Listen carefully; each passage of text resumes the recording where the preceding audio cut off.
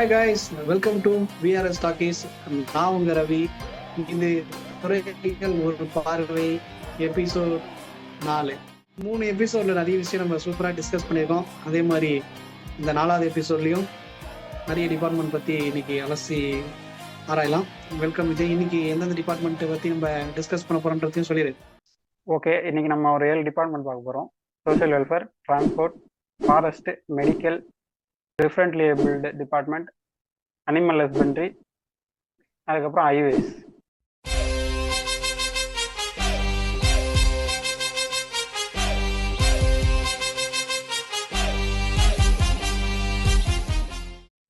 சரி, எங்கேருந்து ஆரம்பிக்கலாம்? அதையும் நீயே சொல்லிடு. ஃபர்ஸ்ட் சோஷியல் வெல்ஃபேர்லேருந்து ஆரம்பிக்கலாம். ஓகே, சமூக நலத்துறை. ரைட். சமூக நலத்துறைனா என்ன? அங்க ஒரு ஜூனியர் அசிஸ்டன்ட்டுக்கு என்ன மாதிரி வேலைலாம் இருக்கும்? ஓகே, நீ சமூக நலத்துறை நீயே சொல்லிட்ட. இங்கே வந்து நிறைய ஸ்கீம்ஸ் தான் இருக்கும். இதில் வந்து 3 விங்ஸாக பிரிக்கிறாங்கன்னு சொல்கிறாங்க. அதில் வந்து ஃபஸ்ட்டு வந்து ICDS, integrated child development scheme. அப்புறம் பிடிஓ ஆஃபீஸ்னு சொல்கிறாங்க. இந்த ஐசிடிஎஸ்ல வந்து ஃபுல்லாக சைல்டு, அவங்க சம்மந்தமாக இந்த அங்கன்வாடி ஸ்கூல் இருக்கு இல்லையா, அது ஃபுல்லாக கண்ட்ரோல் பண்ணுறது, அங்கேருந்து ரிப்போர்ட் கலெக்ட் பண்ணுறது, அந்த மாதிரி ஒர்க்கு இருக்கும். இதில் இந்த பிடிஓ ஆஃபீஸில் வந்து பார்த்தீங்கன்னா ஃபுல்லாக விமன்ஸ் ஓரியன்டான ஸ்கீம்ஸு, அவங்களுக்கு இந்த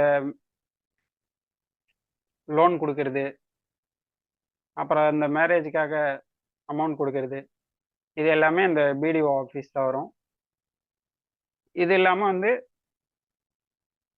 சைல்டு டெவலப்மெண்ட் ஸ்பெஷல் சர்வீஸ் அப்படின்னு சொல்லிட்டு இருக்கு. அதில் வந்து இந்த ஆர்ஃபனேஜ் மாதிரி ஹோம்ஸ் இருக்கும், அங்கே இருக்கிற சைல்ட்ஸை கேர் பண்ணிக்கிறது, அவங்களுக்கான ஸ்கீம்ஸ் இருக்கும்.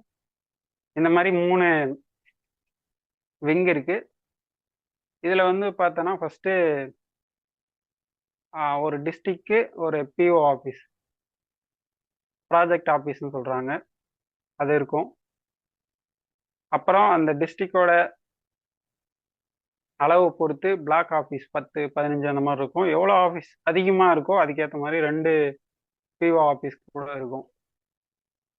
இந்த பிளாக் ஆஃபீஸில் வந்து ஜூனியர் அசிஸ்டண்ட்டு, சூப்பரண்ட்டு, அப்புறம் வந்து பிளாக் கோஆர்டினேட்டர், சூப்பர்வைசர்ஸ், இவங்க தான் அந்த ஸ்கூலில் வந்து ரிப்போர்ட் கலெக்ட் பண்ணி இங்கே ஆஃபீஸ் கொடுக்குறவங்க, இவங்களாம் இருப்பாங்க. அதுக்கப்புறம் வந்து சிடிபிஓ இவங்கெல்லாம் இருப்பாங்க. இந்த பிஓ ஆஃபீஸில் வந்து எக்ஸ்ட்ரா நான் சொன்னதில் அசிஸ்டண்ட் இருப்பாங்க. இங்கே பிஓ தான் ஹெட்டு. இதுதான் இவங்களோட கட்டமைப்பு. இதில் ஒர்க்கு என்ன இருக்குன்னா, இப்போ நான் சொன்ன மாதிரி வந்து எங்கேயுமே வந்து இந்த bill section, account section, establishment, இதை தவிர இந்த இங்கே வந்து ரிப்போர்ட்லாம் வந்து இந்த பிளாக் கோஆர்டினேட்டர் அவங்க தான் பார்த்துப்பாங்க சொல்கிறாங்க. அவங்க டெம்பரரி ஸ்டாஃப்னு சொல்கிறாங்க. மற்றபடி வந்து இந்த அக்கௌண்ட் செக்ஷன்ஸ், எஸ்டாப்ளிஷ்மெண்ட்டில் தான் இருப்பாங்கன்னு சொல்கிறாங்க. ஓகே, இந்த ப்ரொமோஷன் மற்ற விஷயம்லாம் எப்படி? சோஷியல் வெல்ஃபேர் பொறுத்த வரைக்கும் ப்ரொமோஷன் வந்து டு அசிஸ்டண்ட்டு கொஞ்சம் சீக்கிரம் வந்துடும். அதுக்கப்புறம் அசிஸ்டன்ட் டு சூப்பரண்ட் வந்து கொஞ்சம் லேட் ஆகலாம் அப்படின்ற மாதிரி சொல்கிறாங்க. அதே மாதிரி வந்து இதில் சூப்பரண்ட்டுக்கு அப்புறம் விமன்ஸுக்கு தான் அதிக பெனிஃபிட் இருக்குது அப்படின்னு சொல்கிறாங்க. ஏன்னா அதுக்கப்புறம் இருக்கிற போஸ்டிங் எல்லாமே இந்த பிஓ, சிடிபிஓ அதெல்லாம் சொல்கிறாங்கல்ல, இது எல்லாமே வந்து விமன்ஸுக்கு தான் வரும்.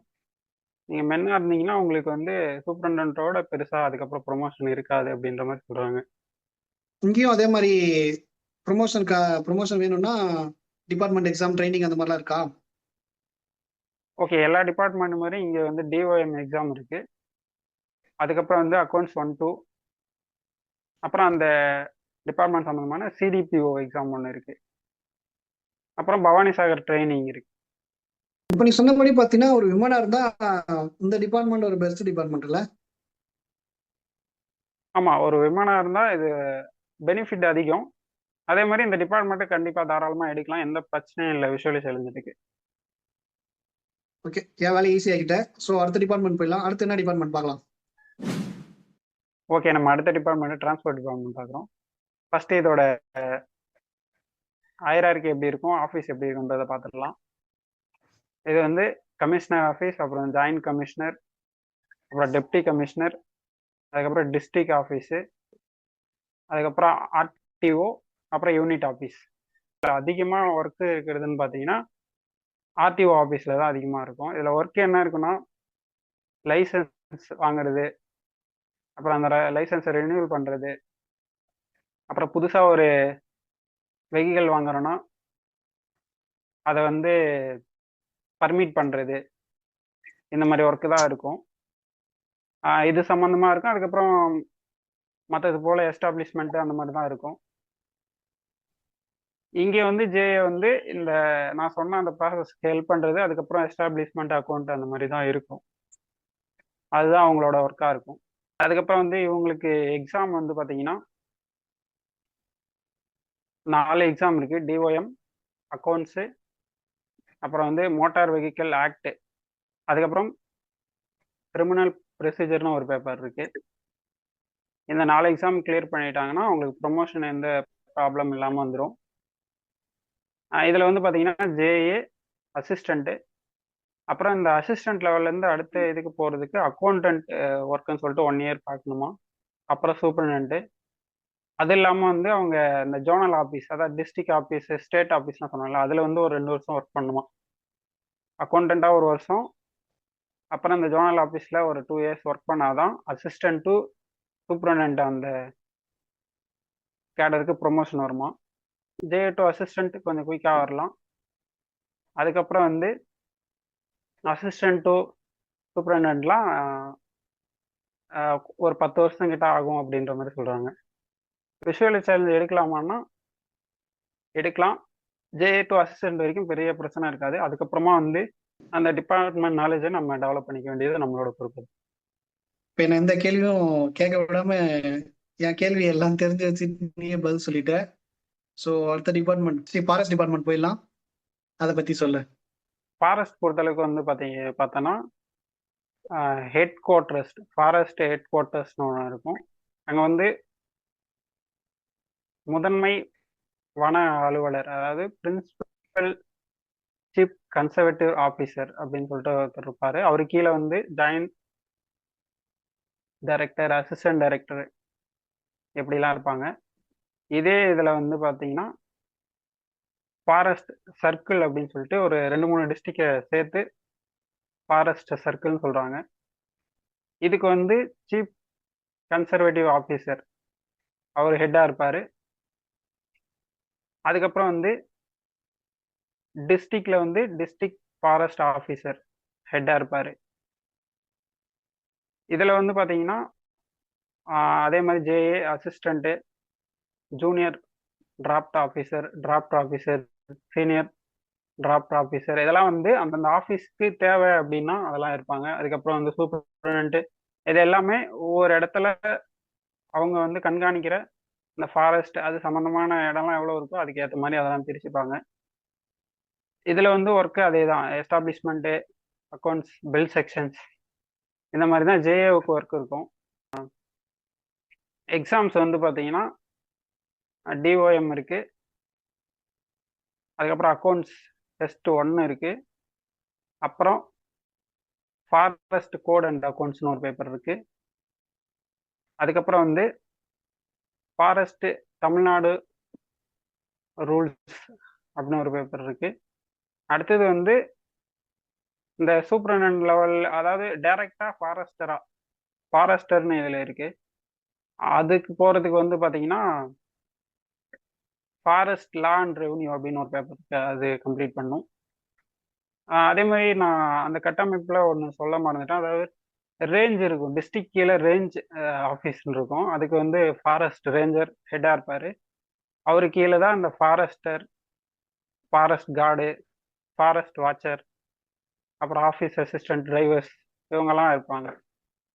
நீ சொல்றத பார்க்கும்போது ஃபாரஸ்ட் கார்டு, ஃபாரஸ்ட் வாட்சர்லாம் சொல்றல, இதுவும் குரூப் 4ல தனியா கொடுத்துருக்காங்க. அதை விஷுவல் இம்பேக்ட்ல எடுக்கலாமா? இது ஒரு நல்ல கேள்வி. அதாவது இந்த போஸ்டிங்லாம் வந்து அவங்களே சில கிரைட்டீரியாஸ் கொடுத்துருப்பாங்க. இதுக்கு வந்து விஷன் அதிகமாக இருக்கணும். நம்ம வந்து விஷுவல் சேலஞ்ச் இருந்தனால இதுக்கு நம்ம எலிஜிபிள் கிடையாது, எடுக்கவும் முடியாது. மற்ற டிபார்ட்மெண்ட் போல நம்ம நினைச்ச இடத்துல இந்த டிபார்ட்மெண்ட்ல நம்ம எடுக்க முடியாது தானே போஸ்டிங்? ஏன்னா காடுகள் கொஞ்சம் இடத்துல தான் இருக்கும், ஒரு சில இடத்துல தான் இருக்கும், அதனால கேக்குறேன்.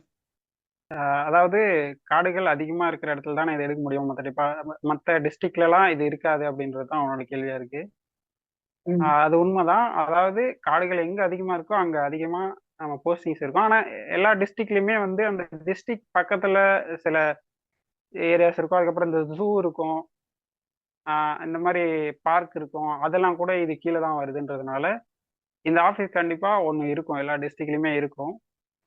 இதுல இன்னொரு விஷயம் என்னன்னா, நம்ம கேட்குற இடத்துல கண்டிப்பா நம்மளுக்கு போஸ்டிங் கிடைக்கும், எடுத்துக்கலாம்.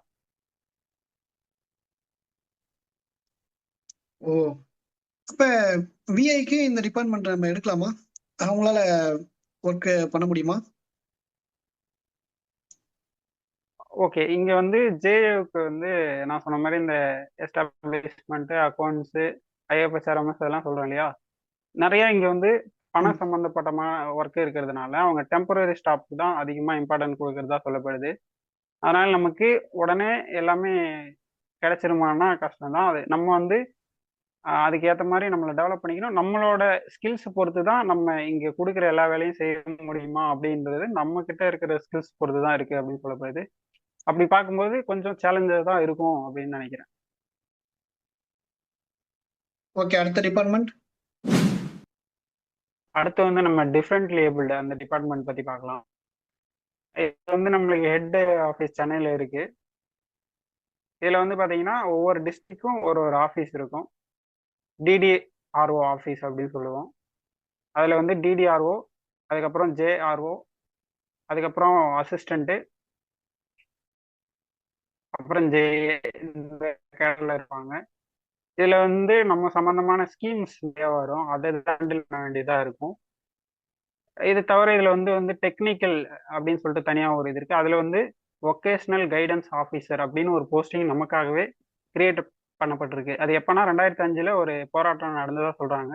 அப்போ வந்து டிடிஆர்ஓ போஸ்டிங் நம்ம கேட்டதா சொல்றாங்க. அது கொடுக்காம அதுக்கு பதிலாக வந்து ஒகேஷனல் கைடன்ஸ் ஆஃபீஸர் அப்படின்னு சொல்லிட்டு, இது என்னன்னா இங்க வர ஸ்கீம்ஸ் எல்லாத்தையும் நம்ம தெரிஞ்சுக்கிட்டு வரவங்களுக்கு வந்து அதை சொல்றது, அதை டவுட் கேட்குறாங்கன்னா அவங்கள நம்ம டைரக்ட் கான்டாக்ட் வச்சுட்டு அவங்க டவுட்டை கிளியர் பண்றது. அது சம்பந்தமான ஃபைல்ஸையும் சில டைம்ல நம்ம மெயின்டைன் பண்ண வேண்டியதா இருக்கும்னு சொல்றாங்க. அதுக்கப்புறம் வந்து சிஸ்டம்ல தான் அந்த ஒர்க் இருக்கும், அதனால ஒன்றும் பிரச்சனை இல்லை, அதை பண்ணலாம்னு சொல்றாங்க. இதுல வந்து பாத்தீங்கன்னா ஸ்கில் அசிஸ்டன்ட், அதுக்கப்புறம் வந்து பாத்தீங்கன்னா ஆர்த்தோ டெக்னீஷியன், அதுக்கப்புறம் வந்து ஆடியோலஜிஸ்ட் அண்டு ஸ்பீச் தெரபிஸ்ட், அதுக்கப்புறம் வந்து மல்டி ப்ராசஸ் ரீஹாபிலிட்டேஷன் எய்டு அப்படின்னு சொல்லி ஒரு போஸ்ட் இருக்கு. இதுலயே அதே தான் எஸ்டாப்ளிஷ்மெண்ட், இந்த மாதிரி மற்ற டிபார்ட்மெண்ட்ல இருக்க அந்த ஒர்க்ஸ் தான் இருக்கும் ஜேஏவுக்கு. விஐக்கு அந்த போஸ்டிங்ஸ், அந்த ஒகேஷனல் கைடன்ஸ் ஆஃபீஸர் அந்த போஸ்டிங் ஆப்டா இருக்கும். ஆனால் அது நம்மளுக்கு இதுல கொடுப்பாங்களான்னு தெரியாது. இதுல வந்து ஜேஏ போஸ்டிங் தான் நமக்கு கொடுத்துருக்காங்க. மேபி அங்க போய் ஜாயின் பண்ணதுக்கு அப்புறம் அது மாத்துவாங்களா அப்படின்லாம் தெரியல, அது ஜாயின் பண்ணதுக்கு அப்புறம் தான் தெரியும். இந்த டிபார்ட்மெண்ட்லயும் வந்து டிஓஎம், அக்கௌண்ட்ஸ், அப்புறம் வந்து எஜுகேஷன் அட்மினிஸ்ட்ரேஷன், இந்த மாதிரி சில டிபார்ட்மெண்ட் பேப்பர்ஸ் இருக்கு. இதெல்லாம் கிளியர் பண்ணா உங்களுக்கு ப்ரொமோஷன் வரும் அப்படின்ற மாதிரி சொல்லுவாங்க. அடுத்த டிபார்ட்மெண்ட் போயிடலாமா? Medical department. அப்படியே அதை பத்தி நீயே சொல்லிடு. மெடிக்கல் டிபார்ட்மெண்ட் பொறுத்தளவுக்கு வந்து இவங்களோட இது வந்து பார்த்தோன்னா, இப்போ டிஎம்எஸ் சென்னையில் இருக்கு இல்லையா, டிஎம்எஸ் அங்கதான் வந்து இவங்களோட ஹெட் ஆஃபீஸ் இருக்கு மெடிக்கல் பொறுத்தளவுக்கு. இதுக்கு கீழே வந்து பார்த்தோன்னா தலைமை மருத்துவ இயக்ககம் அப்படின்னு இருக்கு. அடுத்தது வந்து மருத்துவக் கல்லூரி அரசு மருத்துவமனை இது இருக்கு. அதுக்கப்புறம் இந்த இஎஸ்ஐ எம்ப்ளாயீஸ் சேஃப்டி சர்வீஸ் அப்படின்னு சொல்லி சொல்றாங்க. இது இல்லாம வந்து பிரைமரி ஹெல்த் சென்டர், அது சொல்றேன் இல்லையா, ஆரம்ப சுகாதார நிலையம், அது வந்து சில கிராமங்கள் சேர்த்து ஒரு ஒரு ஹாஸ்பிட்டல் இருக்கும். இது வந்து வேறன்னு சொல்றாங்க. நான் முதல்ல சொன்ன மூணு வேற, இதுல வேற. இந்த பிரைமரி ஹெல்த் சென்டர்ல இருக்கிற கிளரிக்கல் ஸ்டாஃப் அங்க டிரான்ஸ்ஃபர் ஆகி போக முடியாது, அங்க இருக்கிறவங்க இங்கே டிரான்ஸ்ஃபர் ஆகி வர முடியாது அப்படின்ற மாதிரி சொன்னாங்க. இதுல வந்து ஒர்க் என்னன்னு பார்த்தோன்னா அதே தான் சொல்றாங்க, எஸ்டாப்ளிஷ்மெண்ட், அது சம்பந்தமான மெயின்டெனன்ஸ் தான். அந்த ஆஃபீஸரோட எஸ்ஆர் மெயின்டைன் பண்ணுறது. அதுக்கப்புறம் வந்து ஆஃபீஸ் ரெக்கார்ட்ஸ், அதாவது மெடிக்கல் ரெக்கார்ட்ஸ்னு ஒன்று இருக்கும். எந்த ஹாஸ்பிட்டலுக்கு நீங்கள் போனீங்கனாலும் அங்கே நீங்கள் செக் பண்ண எல்லா ரெக்கார்ட்ஸ் எல்லாமே இங்கே வந்திருக்கும். அந்த மெடிக்கல் ரெக்கார்ட்ஸ் இடத்துலயே நம்ம ஒர்க் பண்ணலாம் அப்படின்ற மாதிரி சொன்னாங்க. அதே மாதிரி நமக்கான ஒர்க்கு இங்கே நிறையா இருக்கு. ஃபோன் அட்டன் பண்ணுறதுன்றது ஒரு ஒர்க்கு தான் அப்படின்ற மாதிரி சொல்கிறாங்க. ஆனால் அதுக்கு வந்து ஒரு போஸ்ட் தனியாக இருக்கு. அதனால ஆனால் அது நம்ம பண்ணக்கூடிய ஒர்க் தான். அந்த போஸ்டிங் தனியாக இருக்கிறதுனால அது நிறைய இடத்துல கொடுக்கறது இல்லை. சில இடத்துல அது நமக்கு கொடுத்துருக்கிறதா சொல்கிறாங்க. மற்றபடி வந்து எல்லா ஜேஏவும் என்ன ஒர்க் பண்ணுறாங்களோ அதே தான் இங்கேயும் இருக்கு. இதில் கட்டமைப்பு எப்படி இருக்குன்னா, ஜேஏ, அசிஸ்டண்ட்டு, சூப்பரண்டன்ட்டு, அதுக்கப்புறம் வந்து ஜேஏஓ, ஜூனியர் அக்கௌண்டன்ட் ஆஃபீஸர், அப்புறம் ஏஓ. இதோட கட்டமைப்பு இப்படி தான் இருக்கும். இதுக்கு வந்து எக்ஸாம் பார்த்தோன்னா டிஓஎம் இருக்கு, அப்புறம் மெடிக்கல் கோடு ஒன்று இருக்கு, அக்கௌண்ட் டெஸ்ட் 1, 2, இந்த 4 பேப்பர் தான் இதில் இருக்கு. இது 4ஐயும் கிளியர் பண்ணிட்டா ப்ரமோஷன் வந்து வரும். ஆனால் ப்ரமோஷன் வந்து அசிஸ்டன்ட் வரைக்கும் கொஞ்சம் குயிக்காக வரலாம். மற்றதெல்லாம் கண்டிப்பாக 10 வருஷத்துக்கிட்ட ஆகும் அப்படின்ற மாதிரி தான் இதுலேயும் சொல்கிறாங்க. இதில் வந்து நம்ம செய்யக்கூடிய ஒர்க்கை அங்கே இருக்கிற ஏஓஓ வேற யாராவது கண்டுபிடிச்சி நம்மளுக்கு நிறைய ஒர்க்கு கொடுக்கலாம். ஆனால் அது அஃபிஷியலாக ஃபைன் பண்ணப்படலை அப்படின்றதுனால அது யாரும் பண்ணுறதில்ல. இப்போ உதாரணத்துக்கு நான் கேட்டவர் வந்து ஹாஸ்பிட்டலில் ஓபி சீட் கொடுக்குற அந்த ஒர்க்கை பார்த்துட்டு இருக்காங்க. அது நம்மளால கொடுக்க முடியும், சிஸ்டமில் வந்து நம்மளால அக்சஸ் பண்ணி அதை ஒர்க் பண்ண முடியும் அப்படின்ற மாதிரி சொல்கிறாங்க. இந்த மாதிரி நிறைய ஒர்க் இருக்கு. இப்போ நான் வந்து மெடிக்கல் ரெக்கார்ட்ஸ் சொன்னேன் இல்லையா, அதில் நம்ம பண்ணலாம். ஏன்னா அங்கே வந்து அந்த ரெக்கார்ட் சம்மந்தமான டவுட்ஸ் தான் கேட்க வருவாங்க. அதை நம்ம கண்டிப்பாக நம்மளால பண்ண முடியும்னு சொல்கிறாங்க. ஆனால் அதெல்லாம் அஃபிஷியலாக நமக்கு ஒதுக்கப்பட்ட அந்த ஒர்க்கு கிடையாது. ஜேஏக்கு பார்த்தீங்கன்னா எஸ்டாப்ளிஷ்மெண்ட், அக்கௌண்ட் செக்ஷன்ஸ் அந்த மாதிரி தான் இருக்கும் அப்படின்ற மாதிரி சொல்லியிருக்காங்க. இதுக்கும் பவானி சாகர் ட்ரைனிங் இருக்கு. Right, okay. அடுத்த டிபார்ட்மெண்ட் போயிடலாம். இன்னும் 2 டிபார்ட்மெண்ட் தான் இருக்கு. அனிமல் ஹஸ்பண்ட்ரியும் ஐவேஸ் மட்டும் இருக்கு. ஸோ ரெண்டுத்தையும் சேர்த்து சொல்லிடு. ஓகே, இதில் வந்து ஐவேஸ் வந்து டிரான்ஸ்போர்ட் தொடர்பான ஒரு டிபார்ட்மெண்ட் தான். அதனால அதே மாதிரி தான் ஒர்க் இருக்கும், அதே கட்டமைப்பில் தான் இது இருக்கும். எக்ஸாம்ஸ் எல்லாமே இப்போ எல்லா டிபார்ட்மெண்ட்டுக்குமே பொதுவாக சொல்ல போனால் டிஓஎம் இருக்குது, அக்கௌண்ட்ஸ் டெஸ்ட் எல்லாத்துக்கும் இருக்கும். அதே மாதிரி நீங்கள் போய் ஜாயின் பண்ணுற டிபார்ட்மெண்ட் சம்மந்தமாக ஒரு பேப்பராவது இருக்கும். இதை வந்து நீங்கள் மைண்டில் வச்சுட்டு போங்க. எக்ஸாம் எல்லா எக்ஸாமும் அந்த பேர் தெரியணும், கோடு தெரியணும்லாம் ஒன்றும் கிடையாது. டிபார்ட்மெண்ட் எக்ஸாம் இருக்குது அப்படின்னு சொல்கிறதுக்காக தான் நம்ம எல்லா டிபார்ட்மெண்ட்லையும் என்னென்ன எக்ஸாம் சொல்லிட்டு இருக்கோம். அடுத்து அனிமல் ஹஸ்பண்ட்ரின்றது வந்து இந்த கால்நடைகள் பராமரிப்பு துறை அப்படின்னு சொல்லுவாங்க. அது வந்து மெடிக்கல் ரிலேட்டடானது தான். ஏன்னா அது கால்நடை பராமரிப்பு மருத்துவமனை இருக்கு இல்லையா, அது சம்பந்தமா அங்க வர்றது, அதோட டீட்டெயில்ஸு, அந்த மாதிரி அது சம்பந்தமான ரிப்போர்ட்ஸு, எவ்வளோ ட்ரீட்மெண்ட் போகுது. இப்போ ஒரு ஹாஸ்பிட்டல் எடுத்துக்கிட்டீங்கன்னா அங்கே என்னென்ன நடக்குதோ அது எல்லாமே ரெக்கார்ட்ஸாக மெயின்டைன் பண்ணுவாங்க இல்லையா, அது எல்லாமே இங்கே கிளரிக்கல் ஸ்டாஃபுக்கு வரும். அதை வந்து இவங்க மெயின்டைன் பண்ணுவாங்க. மற்றபடி வந்து எஸ்டாப்ளிஷ்மெண்ட் அதே தான். ஜேஏ பொறுத்தளவுக்கு வந்து எல்லா டிபார்ட்மெண்ட்லையுமே இப்போ எப்படி இருக்குன்னா, அப்போல்லாம் வந்து ஒரு இவங்க ஜேஏனா இந்த சீட் தான் பார்க்கணும், இந்த ஒர்க்கு தான் பார்க்கணும், இவங்களுக்கு வந்து இது லேர்னிங் பீரியட் அப்படிலாம் இருந்துச்சு. இப்போ அப்படி கிடையாது. ஆஃபீஸில் எவ்வளோ ஸ்ட்ரென்த் இருக்காங்க, ஒர்க்கு எவ்வளோ இருக்குது, அதுக்கேற்ற மாதிரி எல்லாருக்கும் எல்லா ஒர்க்கையும் பிரித்து கொடுக்கறதுனால ஸ்பெசிஃபிக்காக இதுதான் ஒர்க்கு அப்படின்றத பொதுவாக எந்த டிபார்ட்மெண்ட்டுக்குமே சொல்ல முடியல. ஸோ அப்போ இந்த 2 டிபார்ட்மெண்ட்டும் கூட விஷுவலைசேஷன் படி எடுக்கலாம். இதில் அனிமல் ஹஸ்பண்ட்ரியில் எனக்கு தெரிஞ்ச நிறைய பேர் ஒர்க் பண்ணுற மாதிரி தெரியல. ஐவேஸ்லேயும் வந்து கம்மியாக தான் ஒர்க் பண்ணுறாங்க. இருந்தாலும் டிரான்ஸ்போர்ட்டுன்னும் போது அது கொஞ்சம் அதிக பேர் ஒர்க் பண்ணுற மாதிரி இருக்குது. எடுக்கலாம். நம்ம சொன்ன மாதிரி எல்லா டிபார்ட்மெண்ட்டும் அதாவது நம்ம கண்டிப்பாக கொடுத்துருக்கிற டிபார்ட்மெண்ட்டில் ஏதோ ஒன்று எடுத்து தான் ஆகணும், வேணுன்ற பட்சத்தில். அப்படின்னும் போது போகும்போது நம்மளுக்கு எதுவும் தெரிலனாலும் அந்த டிபார்ட்மெண்ட்டில் போய் ஜாயின் பண்ணதுக்கப்புறம் அங்கே இருக்கிற ஒர்க்ஸை நம்மளே ஃபைன் பண்ணி நமக்கு ஏற்ற மாதிரி ஆஃபீஸர்ஸ் நல்ல ஆஃபீஸர்ஸாக அமைஞ்சிட்டாங்கன்னா அந்த ஒர்க்கை கேட்டு வாங்கி பண்ணுற அளவுக்கு நம்ம நாலேஜபிளாக இருக்கணும், நம்மளை டெவலப் பண்ணிக்கணும். விஜய், எனக்கு ஒரு டவுட்டு என்னன்னா, பவானி சாகர் ட்ரைனிங் இருக்குல்ல, அதுல நமக்கு எக்ஸம்ஷன் உண்டா அப்படின்னு சொல்றாங்க நான் கேள்விப்பட்ட வரைக்கும். ஆமாம், பவானி சாகருக்கு வந்து நமக்கு எக்ஸம்ஷன் இருக்கு. முன்னாடி இல்லை, அது வந்து நம்ம அதாவது வந்து இதுல இருந்து எக்ஸம்ஷன் வேணும்னு சொல்லி இப்போ அது கேட்டேன். அதாவது அங்கே ட்ரைனிங் போய் அட்டன் பண்ணுறதுக்கு நமக்கு அப்போ அக்சசபிளாக இல்லை. அதனால நம்ம ரிக்வஸ்ட் எடுத்து வந்து நம்ம டிபார்ட்மெண்ட்டு அதுக்கு ஒரு ஜியோ போட்டிருக்காங்க. அந்த ஜியோ வந்து நீங்கள் யூஸ் பண்ணுறதுனா யூஸ் பண்ணலாம். அது இருக்கிறதுனால நீங்கள் ட்ரைனிங் போகக்கூடாது அப்படின்னு ஒன்றும் கிடையாது. அந்த ஜியோ நீங்கள் யூஸ் பண்ணிக்கலாம். அப்படி இல்லை நான் ட்ரைனிங் போய் அங்கே என்ன நடக்குதுன்னு பார்க்கலாம், பார்த்துட்டு வரணும்னு எனக்கு தோணுது அப்படின்னு நினச்சிங்கன்னா நீங்கள் கண்டிப்பாக அந்த ட்ரைனிங் போய் அட்டன் பண்ணலாம். அதுக்கு எக்ஸாம்ஷன் ஜியோ இருக்குது. ஸோ நம்ம எபிசோட எண்டுக்கு வந்துட்டோம். ஸோ இவ்வளோ நேரம் நான் கேட்ட கேள்விக்கெல்லாம் பதில் சொன்னதுக்கு ரொம்ப ரொம்ப நன்றி. நிச்சயமாக வியூவர்ஸ் என்ஜாய் பண்ணியிருப்பாங்க, நிறைய இன்ஃபர்மேஷனை கதர் பண்ணியிருப்பாங்க, நான் நிச்சயமாக நம்புகிறேன். ஸோ அடுத்த எபிசோடு தான் ஃபைனல் எபிசோட். ரொம்ப கான்ட்ரவர்சியான எபிசோடாக அது இருக்கும். Until then, bye from Ravi and Vijay. Bye.